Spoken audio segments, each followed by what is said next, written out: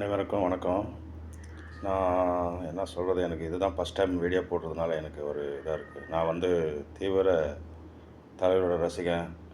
இந்த எலெக்ஷன்து கொசரம் பேச விரும்புகிறேன் நான். இந்த குழந்தைங்க, குட்டிங்க, வீட்டில் இருக்கிறவங்க எல்லாருமே யாருக்கு ஓட்டு போட்டிருக்கிறாங்கன்றது எல்லாருக்கும் தெரிஞ்ச விஷயந்தான். ஆனால் நான் யாருக்கு ஓட்டு போட்டிருந்தது என்னோடய பர்சனல். ஏன்னா இருக்கிறத உண்மையை சொல்லணும்.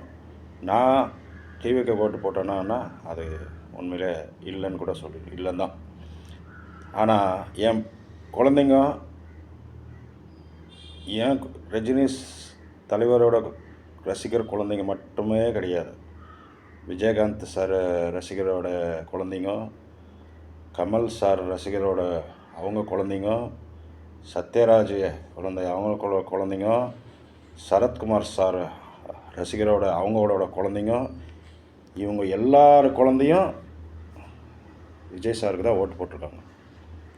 இதில் எந்த மாற்றமும் இல்லை. ஏன்னா இவங்க எல்லா அரசியல் இவங்க வராமல் போனதுனால குழந்தைங்க கேட்ட கேள்வி, டேடி உங்கள் தலைவர் வரல, வந்திருந்தால் நாங்கள் ஓட்டு போட்டிருப்போம், வரல, இப்போ எங்கள் தளபதி வந்திருக்காரு, நாங்கள் அவருக்கு ஓட்டு போடுறோம். மாற்ற முடியல, சொல்லவும் முடியாது. ஏன்னா அவங்க ஓட்டு உரிமை அவங்கக்கிட்ட இருக்குது. அவங்களுக்கு எல்லா சுதந்திரமும் இருக்குது. இந்த ஓட்டு உரிமைன்ற நம்ம வேறு எதுனா கூட சொல்லலாம், ஆனால் ஓட்டு உரிமையை நம்ம சொல்ல முடியாது. போட்டுங்க.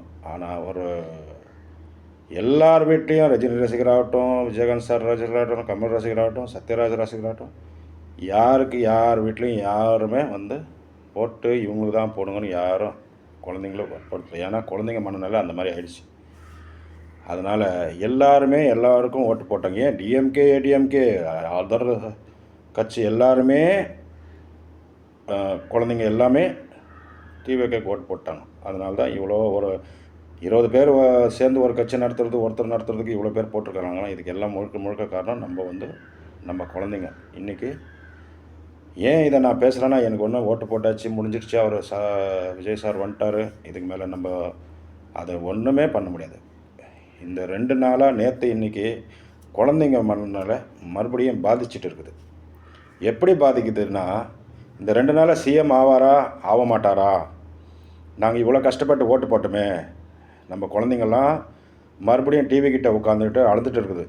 ஏன் ஆனால் 10 சீட்டு கம்மியாக இருக்குது, 11 சீட்டு கம்மியாக இருக்குது, நம்மக்கிட்ட கேட்குதுங்க. அவங்க ஓட்டு போட்டாங்க, பட் நம்மக்கிட்ட கேட்குது. உங்கள் குழந்தைங்க எல்லோரும் நம்ம வீட்டிலன்னு இல்லை, எல்லார் வீட்லேயும் கேட்குதுங்க. எப்படி இது, என்ன இது, அவ்வளோ ஜெயிச்சுட்டு அவ்வளோ இடத்துல வந்திருக்காரு, அவருக்கு ஏன் இதுக்கு கொடுக்க மாட்டேறான், அவர் தானே லீடிங்கில் இருக்கிறாரு. ஆனால் ரூல்ஸ் அண்ட் ரெகுலேஷன் வேணுமா இருக்குது. 118 சீட்டு, இதில் 108 இருக்குது, இன்னும் 10 கம்மி. நான் என்ன சொல்கிறேன்னா, இந்த அதிமுககாரங்க இவங்க வேறவங்க எந்த கட்சியில் இருக்கிறவங்களா இருந்தாலும் கூட பரவாயில்ல, நீங்கள் அவருக்கு சான்ஸ் கொடுங்க, நாங்கள் ஆதரவு கொடுக்குறோன்னு சொல்லுங்க. இது நீங்கள் பண்ணுறதுனால இந்த குழந்தைங்களுக்கு ரொம்ப பாதிக்குது. ஏன்னா எல்லாருக்கும் குழந்தை தான், உங்கள் கட்சி இந்த கட்சி. நாளைக்கு நீங்கள் அவர் கொடுத்துட்டிங்கன்னா அவர் நியாயமாக இருந்துட்டு அவர் என்ன பண்ணுறாரோ நம்மளுக்கும் தெரியணும். நல்லது பண்ணுறாரா கெட்டது பண்ணுறாரா, மக்கள் மறுபடியும் அவங்க மனநிலை மாறும். இப்போ நீங்கள் பண்ணுறதுனால மனநிலை மாறாது. குழந்தைங்களுக்கு மறுபடியும் இவருக்கு தான் ஓட்டு போடணுன்றது இன்னும் ஜாஸ்தி தான் அவங்க கண்டி உங்களுக்கு ஓட்டு விழாது. நீங்கள் அதனால் ஏடிஎம்கேக்காரங்களுக்கு சொல்கிறேன் கேட்டுங்க. நீங்கள் அங்கே போய் அவங்கள லாக் பண்ணுறது, இவங்கள லாக் பண்ணுறது, ஏடிஎம்கேன்னு இல்லை, எந்த கட்சியக்காரனாலும் ஒரு 10 சீட்டு கொடுங்க. 2 வருஷம் நாங்கள் அக்ரிமெண்ட் போட்டு கொடுக்குறோன்னு கொடுக்குறதுல இல்லை, என்ன தப்பு?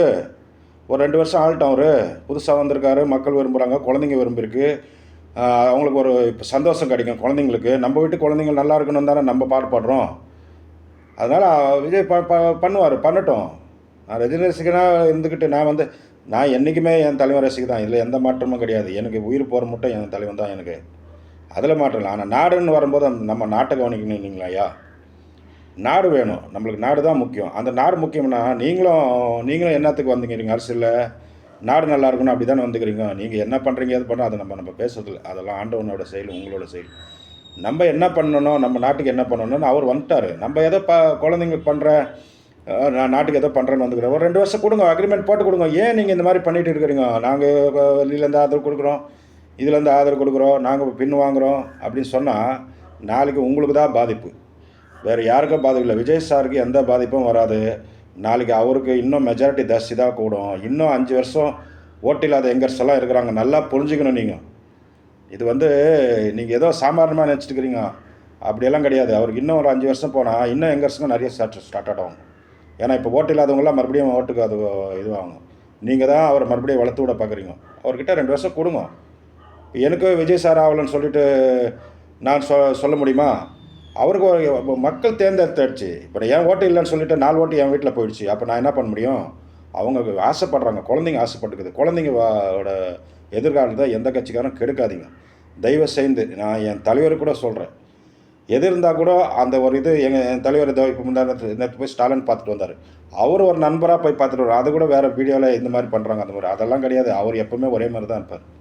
அவரை பற்றி யாரும் குறை சொல்கிற மாதிரி இல்லை. அவர் பாட்டுக்கு அவர் போகிற யார் ஜெயிச்சானா யார் ஜெயிச்சா அவருக்கு அந்த அரசியலும் தேவையில்லைன்னு விட்டுட்டு போய் யார் வந்தாலும் அவருக்கு என்ன அவருக்கு எல்லாமே இருக்குது. அதனால் அவரது ஒன்றும் குறையில்லை. நான் சொல்கிறேன்னே என் தலைவன் எனக்கு என்றைக்குமே நான் ரசிகனாக இருக்குவேன். எனக்கு அதில் எந்த மாற்றமும் இல்லை. ஆனால் நாட்டில் வந்து குழந்தைங்க குட்டிங்க எல்லாம் மக்கள் வந்து லேடிஸ் எல்லாம் விரும்பிட்டாங்க. நாளைக்கு எந்த ஒரு இதுவும் பாதிப்பு இல்லாமல் அவர் 2 வருஷம் நடத்திட்டு பார்ப்போமே. நீங்கள் பார்க்க வைங்க அவரை.